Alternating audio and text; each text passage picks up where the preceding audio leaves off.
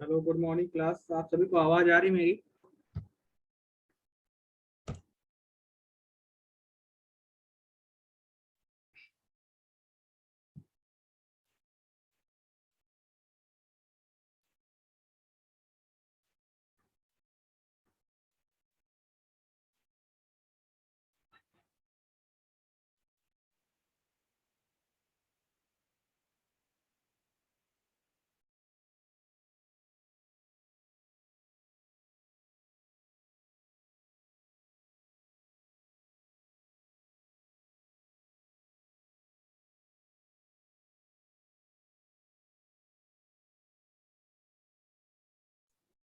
Hello hello.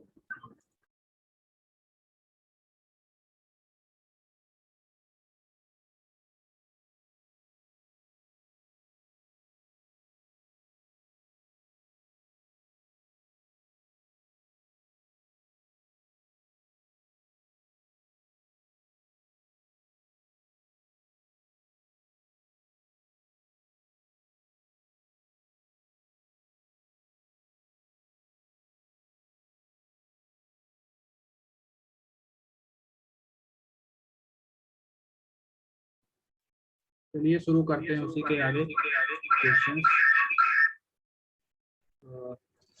हम लोग level 2 तक के। हेलो, हाँ जी बताइए सर।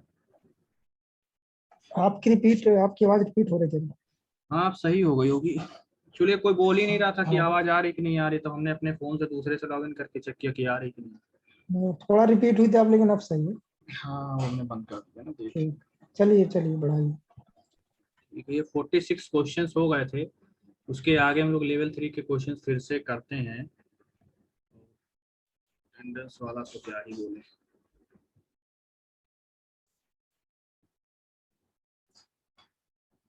ये देखिए, क्वेश्चन दिख रहा होगा। व्हाट इज द नेम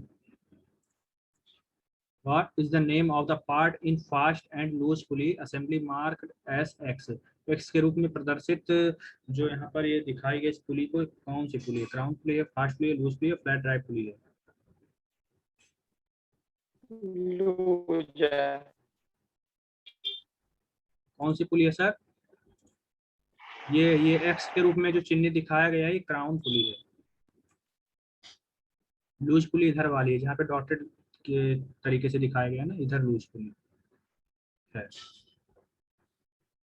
इस पर पट्टा चढ़ा हुआ है, वो हमारी क्राउन पुली है। अगला देखिए, What is the elements of gear marked as X? ये इस सर्किल वाली लाइन है, ऊपर वाली लाइन है, इसके बीच की दूरी को क्या कहेंगे हम लोग? अटेंडम। अडेंडम कहेंगे। What will be the effect if the wrapping angle is big in belt drive? Wrapping angle अगर अधिक हो जाएगा बेल्ट ड्राइव में तो क्या प्रभाव पड़ेगा? हाई टॉर्क, लो टॉर्क, लो लोड या लो स्पीड? बिल्कुल सही उत्तर, हाई टॉर्क हो जाएगा, टॉर्क अधिक हो जाएगा। What is the ultimate result of belt slip and creep in power transmission? RPM drop होगा, पावर लॉस होगी, इंक्रीज लॉस। इसमें हमारी पावर लॉस होगी। अगर हमारी बेल्ट स्लिप करेगी तो जो हमारी ड्रिवन ड्राइवर पुली है उसे जो ओरिजिनल पावर पहुंचनी चाहिए वो नहीं पहुंच पाएगी।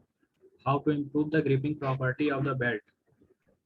अप्लाई टैलो और powdered resin on inner face of belt, increase the tension by jockey pulley, reduce the यही डिस्टेंस सही भी बिटवीन नंबर। पुलीज। ग्रिपिंग अगर हमको अपनी बढ़ानी है तो हमको क्या करना होगा? ये फर्स्ट वाला रेजिन जो है उसके इनर फेस पर हमको डालना पड़ेगा। गांव वगैरह में डामर वगैरह यूज करते हैं, ब्लैक वाला तारकोल देखे होंगे आप, डाल देते हैं। अगला क्वेश्चन है, what is the defect caused by excessive belt tension? अत्यधिक बेल्ट की टेंशन बढ़ा देने से क्या समस्या आने लगती है? पुली की लाइफ घट जाती है, बेल्ट की बेयरिंग की लाइफ खराब होती है, बेल्ट की स्लिप की और या क्रीप उसकी इंक्रीज होती है, या फिर उसकी जो स्पीड होती है वो रिड्यूस होती है? इसका जो हमारा, अगर अधिक हम लोग टेंशन बढ़ा देंगे तो हमारी जो बियरिंग्स होती हैं उस पर और जो बेल्ट होती है उसकी लाइफ पर असर पड़ता है। वो खिंचाव भी रहेगा और बियरिंग पे भी एक अलग लोड पड़ेगा, तो उससे बियरिंग हमारी जल्दी खराब होंगी। अगला देखिए, why vertical drive should be avoided in power transmission. Vertical drive का प्रयोग क्यों हम लोग अवॉइड करते हैं? इसका तो हमें लगता है पहले क्वेश्चन का उत्तर ग्रेविटेशनल एंड दे चुके थे। स्लिपेज। इसका टेस्ट था question, because of gravitational pull and slippage. 8th number है, how to rectify the defect of belt wrapping excessively in power transmission. Reduce the tension of belt, align the pulley, increase the tension of belt, provide an idle pulley। तो इसका जो idol पुली, हाँ सही उत्तर है। Idol पुली लगा करके हम लोग बेल्ट इस डिफेक्ट को दूर कर सकते हैं। अगला देखिए, what is the reason of frequent belt slippage in power transmission. बार बार जो स्लिपेज होती है पावर ट्रांसमिशन में अत्यधिक फ्रीक्वेंसी पर, वो क्यों होती है? कम टेंशन के कारण, ऑयलीनेस और ग्रूव इन द ग्रूव के कारण, more pulsating load between pulleys, high starting load between pulleys, excessive heat, misalignment of और फॉरेन पार्टिकल्स। तो इसका डी। जो डी वाला होगा उत्तर, अत्यधिक हीट के कारण और जो मिसअलाइनमेंट होती है हमारी पुली की, दोनों जो ड्रिवन और ड्राइवर की, उस वजह से, या फिर किसी फॉरेन पार्टिकल का मतलब ये है कि किसी बाह्य अवरोध के कारण हो सकता है। अगला देखिए, what is the distance from the edge to centre of the rivet to prevent splitting of the edge. 2D। क्या होता है? 2D होता है, सही है। आगे देखिए, what is the defect cause in rivet. 11 number में आपको डायग्राम दिख रहा होगा, इसमें कौन सा डिफेक्ट हो गया है? Rivet not perpendicular to the plate, ये इसके लंबवत नहीं है। पहला वाला ही ऑप्शन इसका सही होगा। सही। अगला देखिए 12 नंबर का, what is the fault in rivet joint. इसमें कौन सा जो है रिवेट में फॉल्ट है इस जॉइंट में? रिवेट हेड नॉट, इसका सेंटर, हाँ देखिए सेंटर, ये सेंटर लाइन सेंटर से विद द सन। डिफर है हल्का सा विद द साइन। अगला देखिए, what is the defect in riveted joint. Burrs between the plates, holes on the plate, not in line, limited, not centered with water, too much allowance has been given। तो इसका जो उत्तर होगा वही पहला वाला ही है, burrs between the plates। अगला देखिए, what is the reason for faulty riveting। More allowance, rivet head is not centered, the holes on the plate are not in line, burrs between the plates and in drill holes।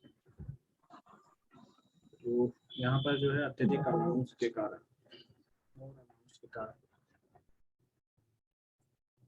Faulty हो गया है, इसमें riveted हुआ है। अगला 15 number question है, which is the fault in riveting. इसमें कौन सी फॉल्ट दिखाई दे रही है?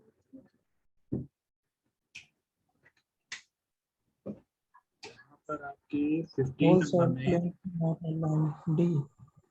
होल्स जो है, हाँ होल्स उसके एक लाइन में नहीं है। अगला देखिए, what is the name of fault in riveting. Two little allowance between the plates, holes on the plate not in line, rivet body not perpendicular। Total little allowance ये नंबर।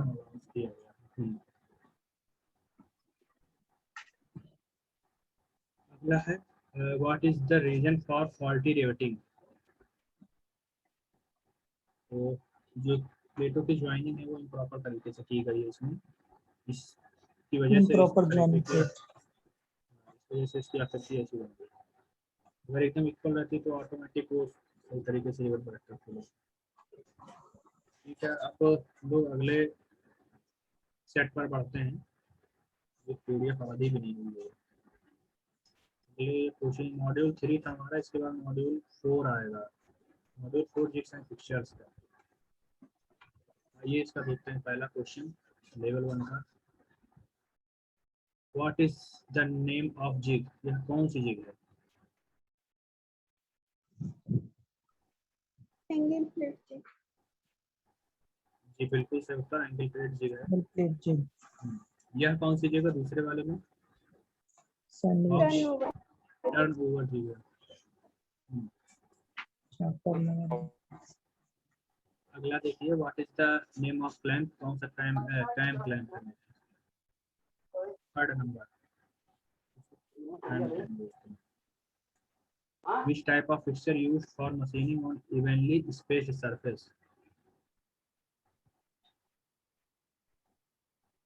नियमित दूरी के सरफेस Clamp, clamp. को जो fixer किस machining में कौन सा फिक्सर प्रयोग करते हैं? इंडेक्सिंग फिक्सर का प्रयोग करते हैं अगर समान दूरी पर। Indexing. हाँ. आगे देखिए यह कौन सा जिग है? 5th नंबर का Channel jig. Channel zig.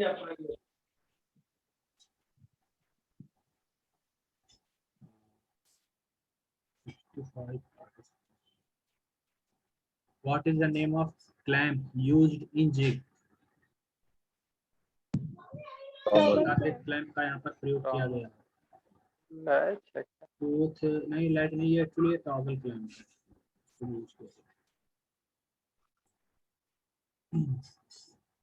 इसके बाद आगे देखिए what is the name of zig?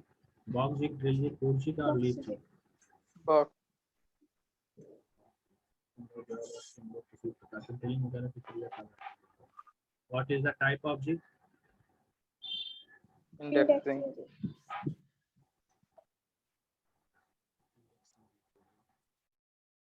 अगला देखिए what is the name of part marked as X in power press?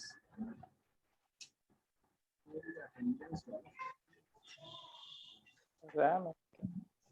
ये बताइए कौन सा है एक्स के रूप में?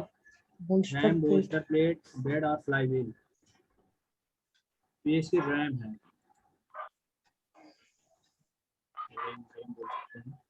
What is the name of part marked as X in power press? दूसरा वाला बताइए। 10th का ऊपर वाली रेंज हो गई और ये जो नीचे वाली इसको बोल्स्टर प्लेट बोलते हैं। What is the name of power press? Horn बार press, adjustable bed press, pillar press और गैप प्रेस। इसमें उत्तर दिया गया है हॉर्न बार प्रेस होगा। उसको याद कर लीजिए, डायग्राम से देखना पड़ेगा आपको। पता नहीं है। What is the name of power press? Gap. 12 number का सी वाला उत्तर है, पिलर प्रेस। मुझे लगता है 2 पिलर साइड साइड में दिए गए हैं। डायग्राम वाले क्वेश्चन आते हैं क्या? हाँ आते हैं। सारे क्वेश्चन वैसे ही बहुत आते हैं। उन लोगों का सेकेंड ईयर का पेपर हुआ था, पहला क्वेश्चन ही प्रोग्रेसिव प्लग गेज का दिखा दिया था, कौन सा गेज है। वैसे ही आते हैं सब। What is the name of part marked as X in fly press? यहाँ पर जो एक्स के रूप में चिन्हित मार्क है तो यहाँ पे क्या है? ये फ्लाई प्रेस में तो यहाँ पर ये जो पंच है, ये जो सा दिख रहा है ना, इसको पंच बोलते हैं इसको।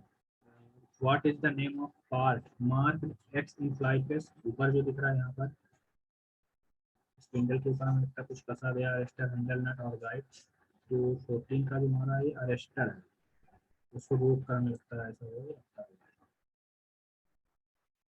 आगे 15 नंबर में देखिए what is the name of press tool? यह कौन सा प्रेस टूल है? इसको सर ने पढ़ाया भी था, ब्लैंकिंग वाला है, ब्लैंकिंग वाला प्रेस टूल। आगे देखिए what is the name of press tool? Piercing, cut off, parting और प्रोग्रेसिव। Parting off. नहीं पार्टिंग ऑफ में पियर्सिंग है, देखिए 20 पियर्सिंग। पार्टिंग ऑफ में तो अलग कर देगा। आगे देखिए 17 नंबर, ये what is the name of press tool? Blanking, piercing, compound, progressive. Piercing. Piercing होगा ना, ऊपर होगा तो प्रोग्रेसिव वाला है, प्रोग्रेसिव। और इस पे देखिए what is the name of press tool? या कौन सा प्रेस टूल है? ब्लैंकिंग, पियर्सिंग, कंपाउंड और प्रोग्रेसिव। तो ये है कंपाउंड। कंपाउंड में दोनों होता है, या पियर्सिंग मेरे बाहर से पकड़। अगला 90 number question, What is the name of the portion of materials remaining between two adjacent openings after blanking?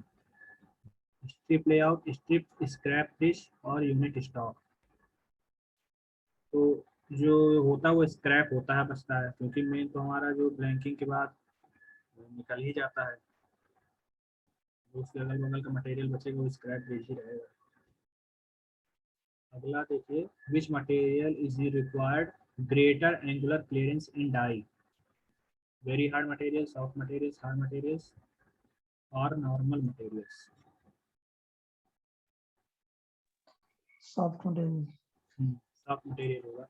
Hard material तो तुरंत वहीं से उड़ जाएगा, कट जाएगा इस तरीके से। सॉफ्ट वाला थोड़ा सा क्लियरेंस लेगा, खींचे मुझेगा, इस तरीके से समझ सकते हैं लोग। अगला देखिए, what is the normal value of angular clearance in die? पर साइड से दिया गया है कितनी डिग्री, तो इसका जो है 1.5 डिग्री 1.5 डिग्री पर साइड से दिया जाता है। 21 हो गया। 22 देखिए, what is the name of part marked as X? X के रूप में चिन्हित भाग का नाम बताइए। Piece part, punch part, strip और लाइन? Piece part. ये स्ट्रिप है, इधर वाला स्ट्रिप है, ये पीस पार्ट ये होगा, नीचे में लगता है जो चला गया। अगला जो क्वेश्चन है, what is the name of part marked as x? यहाँ पर एक्स के रूप में डाई, डाई साइज, लैंड और इजेक्टर।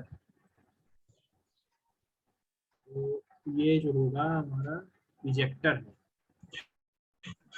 इसके देखिए नीचे स्प्रिंग लोडेड है, तो जब ये ऊपर कोई भी मान लीजिए ऊपर से रखी जाएगी स्ट्रिप, उसको ब्लैंकिंग करेगा तो ये नीचे तक दबेगा, उसके बाद फिर ऑटोमेटिक जब उधर जाएगा तो उसको जब वापस ब्लैंकिंग को ऊपर जाएगा तो ऑटोमेटिक ऊपर की तरफ प्रेस करके निकाल देगा उसको। या इजेक्टर हमारा। अगला देखिए, what is the name of part marked as X? इतनी जो दूरी एक्स बिटवीन दी गई, die side, die state, die opening और लैंड। 24 का हमारा जो उत्तर है वो है इसका लैंड है, लैंड कहलाता है। अगला देखिए, what is the minimum economic factor percentage for strip layout? 40%, 60%, 50% और 70%? तो मिनिमम जो होता है इकोनॉमी, कोई भी स्ट्रिप से अगर हम मेटल यूज करें तो कम से कम 60% उसका यूज हो जाना चाहिए, उसका परसेंटेज रहेगा मिनिमम 60% रहेगा। अगला देखिए प्रश्न 26 number, which stage of punch movement the material breaks while punching? 1.5 stage, second stage, third stage और first stage? First stage. तो दिया गया है उत्तर थर्ड स्टेज, तो दिया गया वही आगे स्टेज में जो है थर्ड स्टेज। अगला देखिए question, how the amount of cutting clearance is expressed? Clearance per side, clearance in two side, clearance in all side और क्लियरेंस थ्री साइड?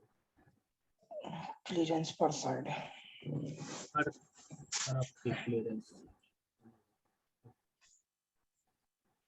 28 नंबर है, how many factors are to be considered for visual examination of punched component?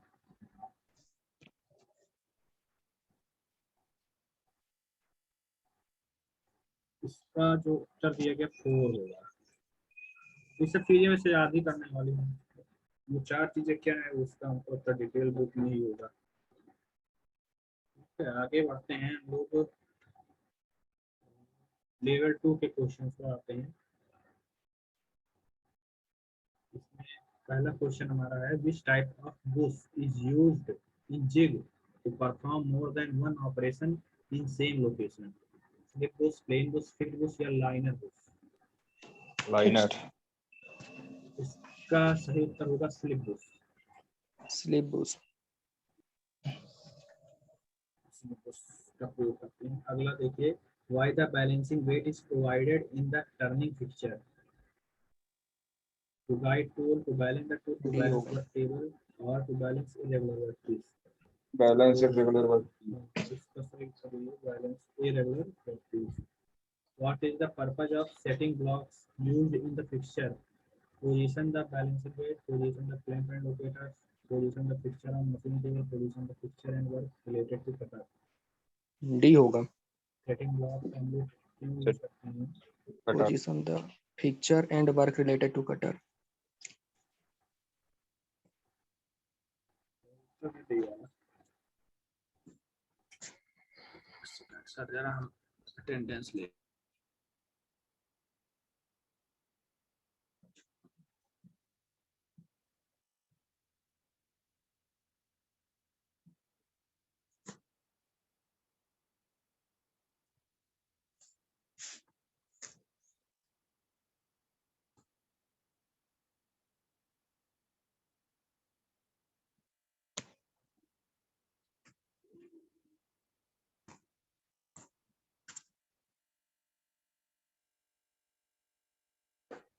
आते हैं अपने अगले question पर। Why 2 or 4 hold down slots are provided in the base plate of milling fixture? Rigid clamping के लिए, guiding tool के लिए, locating workpiece के लिए और adjusting the job setting. Rigid clamping. चौथे का पहला वाला ऑप्शन सही है और रिजिड क्लैंपिंग, दृढ़ता से क्लैंप करने के लिए। Which bush is used to provide a hardened hole for renewable bushes? Linear bush. Slip bush, plain bush, free bush और लीनियर बुश। अच्छा, तो इसका सही उत्तर आपको वही लीनियर बुश है, लाइनर बुश का प्रयोग करते हैं। अगला देखिए, which part restrict the movement of the component in jig? तो हमें लगता है इसका सी वाला ऑप्शन होगा। लोकेटिंग पिन हमारी जो होती है फिक्सचर में, वही रिस्ट्रिक्ट करती है। अगला देखिए, what is the purpose of drill bushes provided in the drill jig? Drill jig में ड्रिल बुश क्यों प्रोवाइड किए जाते हैं? Support base plate, support drill plate, locate and guide the tool, restrict the movement of job. C होगा. C उत्तर है, to locate and guide the cutting tool. See number. Which type of jig is used for drilling holes at different directions? Which type of jig is used for drilling holes at different directions? In Trunnion jig. Trunnion jig का प्रयोग करते हैं। बिल्कुल सही उत्तर sir. अगला हम लोग 9वें number पर पहुंच रहे हैं। Which device is used to hold, locate and not guide the cutting tool during machining operation? picture. बिल्कुल आसान सा उत्तर fixture। Which type of fixture is provided an easy method of holding parts for machining?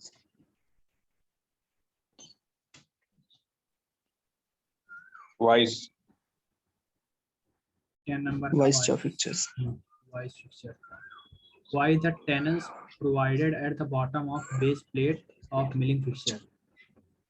Tool को guide करने के लिए, clamping purpose के लिए, balancing workpiece के लिए, प्रॉपर लोकेशन ऑफ फिक्सचर के लिए। Proper location of fixture. Fixture के प्रॉपर D होगा इसका.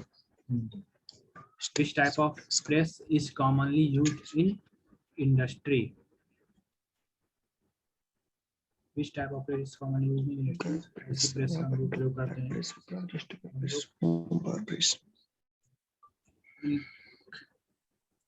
यहाँ पर हम लोग इंक्लाइनेबल प्रेस का यूज करते हैं।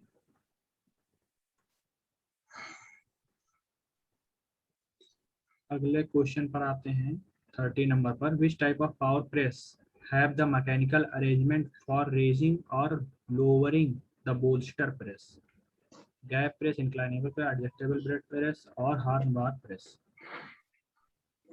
तो इसका है जैसे यहाँ पर दिया गया एडजस्ट अरेंजमेंट मैकेनिकल करने के लिए, तो इसमें हमारा सी वाला होगा, एडजस्टमेंट या एडजस्टेबल बेड प्रेस होगा। नहीं तो हम लोग मैकेनिकल तरीके से उसका अरेंजमेंट कर सकते हैं कम या ज़्यादा। अगला हमारा क्या है 14 number question. Which type of power press is suitable for heavy work? Gap press, gap press. Heavy work के लिए स्ट्रेट स्लाइड प्रेस का यूज होता है?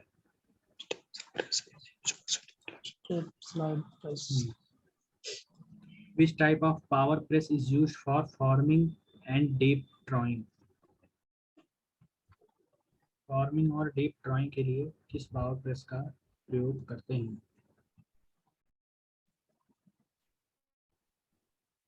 हम लोग इसके लिए बी वाला ऑप्शन जो पिलर प्रेस इसका यूज करते हैं, पिलर प्रेस का। अगला है देखिए question, which press tool is use to make holes in the stamping? कौन सा प्रेस टूल होता है जिसका हम लोग होल्स बनाने के लिए प्रयोग करते हैं स्टैंपिंग में? वहाँ पर देखा था पियर्सिंग टूल जो होता है उसके द्वारा होल बनाते हैं। लेते हैं। आइए अगले क्वेश्चन पर बढ़ते हैं। Which press tool is use to separates the work material along a straight line in a single cut?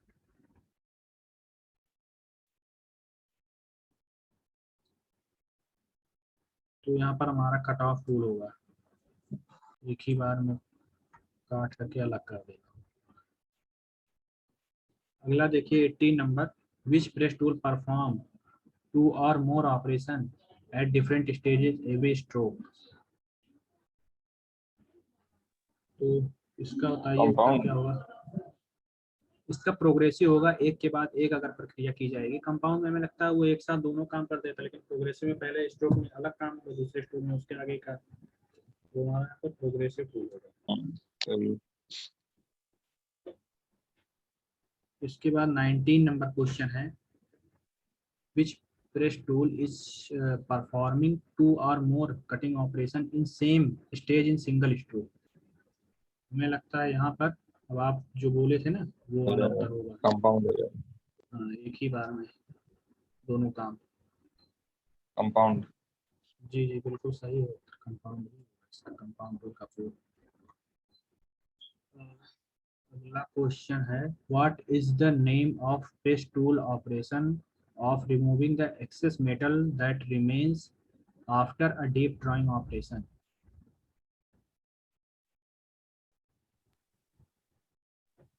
Saving. 20 number का हमारा बी वाला उत्तर सही है, ट्रिमिंग। एक्सेस मटेरियल को ट्रिमिंग के जरिए हम लोग मतलब हटा देते हैं। सेविंग मतलब ये तो छांटना होता है। सेविंग का कुछ अलग ही है, तो ट्रिमिंग का हमें लगता है जैसे आप एक्सेस मटेरियल आपने प्रेस टूल से नहीं, ऑपरेशन किया, सेविंग मतलब भी छांटना ही होता है, जैसे जो एक्स्ट्रा मटेरियल उसको छांटना, जैसे होल किया उस पे जो हाँ वो होता है, ठीक है लेकिन चलिए हमको आप। लगता है कि वो ऊपर का होगा, उस तरीके से कुछ होगा। ट्रिमिंग भी एक वही चीज होती है, ट्रिमिंग मतलब भी छांटना ही होता है। डीप ड्राइंग के बाद ट्रिमिंग करते होंगे ना। चलिए चलिए सूटेबल उत्तर जो दिया गया ट्रिमिंग, तो अभी हम लोग उसी पर लगाते हैं।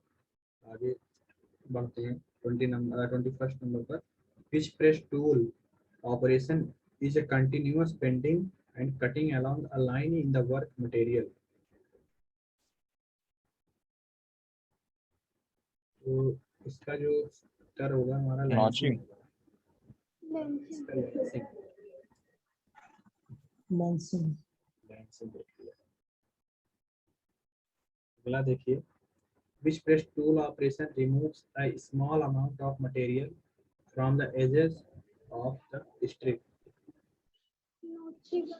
इसका होगा saving. Small amount of material उड़ाने के लिए हम लोग जो है नॉचिंग करते हैं। अगला देखिए 23, which press tool operation is used to press letters and numbers into a sheet metal? Coaching, plenishing, coning, embossing, coining or embossing? Embossing. 23 का Coining. coining नहीं, embossing.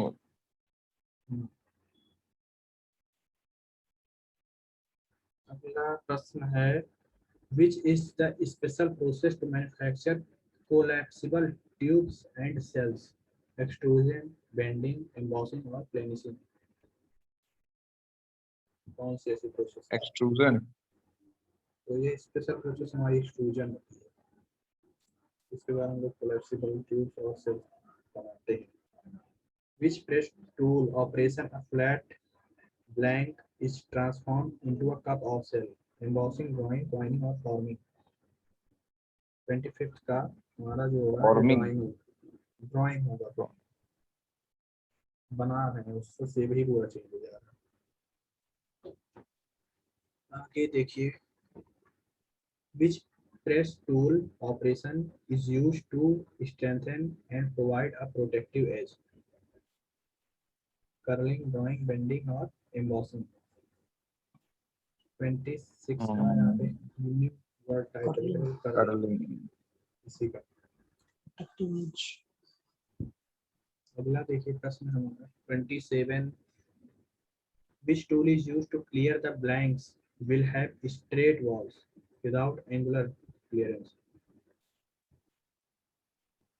Thrust plate, stripper, ejector और stopper।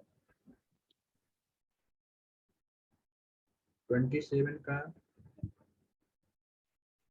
जो Ejector. हाँ ejector होगा, उसमें clearance वॉलेरेंस नहीं होता, पूरा ऊपर फिर ऑटोमेटिक स्ट्रेट एज होती है।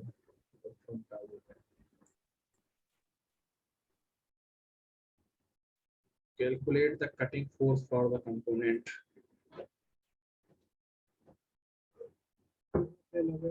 फॉर्मूला 28 का जो चल रहा है इसमें दिया गया है 45.21 दिया गया है, बाकी यहाँ पे वैल्यू टाउ मैक्स कितने न्यूटन मिलीमीटर स्क्वायर का यहाँ पर टॉर्क का बल लग रहा है 2 mm शायद। इसको छोड़ देते हैं, इसका उत्तर यही है, इसको कैलकुलेशन किलो न्यूटन का फोर्स इतना लग रहा है। आगे देखिए 29 number, which tool is used to produce flat components? Contour tool, blanking tool, gang, die, oblique tool, piercing tool। लोग ब्लैंकिंग ऑपरेशन में फ्लैट कंपोनेंट Blanking. बनाते हैं। अगला प्रश्न है, which operation is carried out if the blanks has two parallel side in strip? Forming operation, cut off operation, blanking operation और piercing operation।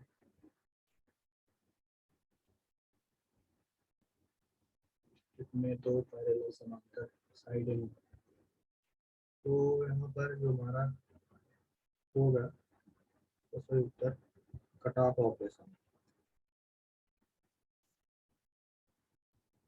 दोनों तरफ से साइडें बराबर रहेंगी, पैरेलल साइडें रहेंगी तो यहाँ से कट करके अलग हो जाएगा, नहीं तो फिर ऊपर फॉर्मिंग, ड्राइंग या इस सब तरीके की प्रोसेस हो जाएगी अगर कटेगा। अगला देखिए, how the cutting force is reduced while using lower capacity press? By stamping punches, by reducing the sheet thickness, by increasing the punch length, by decreasing the punch length।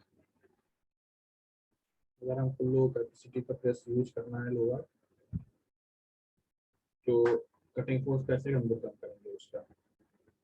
31st का है bye stamping punches. पहले से हमें लगता है उसमें एक निशान या दरार टाइप का इस तरह बना दिया जाएगा कि हमारा जो लो कैपेसिटी का प्रेस होगा बाद में उस चीज को अलग कर सके। What is the formula for calculating ideal clearance between punch and die? इसका जो फॉर्मूला है वो हमारा C इंटू एस इंटू ये अंडर रूट में T मैक्स अपॉन 10 वाला।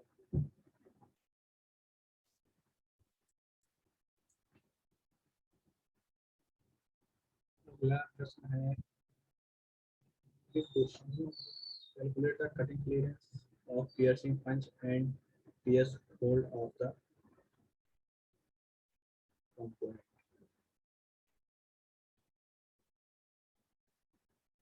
इसको फॉर्मूले से निकालेंगे। 33 का जो हमारा बी वाला ऑप्शन इसमें आएगा 0.12 mm, हर साइड से 0.12 mm का क्लियरेंस देना पड़ेगा। सर आपकी आवाज बहुत स्लो आ रही है, थोड़ा बढ़ाइए। बहुत ज्यादा स्लो आ रही है। हाँ स्लो मानो। व्रत हूँ पांडे जी। बिना खाए पिए क्लास चलेगी तो क्या होगा, ये व्रत ही समझ लीजिए। अरे नहीं पांडे जी, खा के आया कीजिए, बिना खाए के आए। पांडे सेहत डाउन हो जाएगी आपकी। वो आंतरिक समस्या है, उसका डिस्कशन यहाँ नहीं किया सकता कि हम क्यों नहीं खा के आए आंतरिक समस्याएं हैं। ये सबके पास होती है। बनाना पड़ेगा फिर खाएंगे। अब इसको यहीं पे खत्म करें कि आगे कुछ क्वेश्चन कर दें, 3-4 मिनट क्या है बचा है। टाइम 25 हो गया, अब या खत्म तो फिर करो, कल हमको से ले करते। एंड करना पड़ेगा, फिर एंड ही कर देते मीटिंग यहीं पर। पांडे जी भूख काफी लगी इसका मतलब।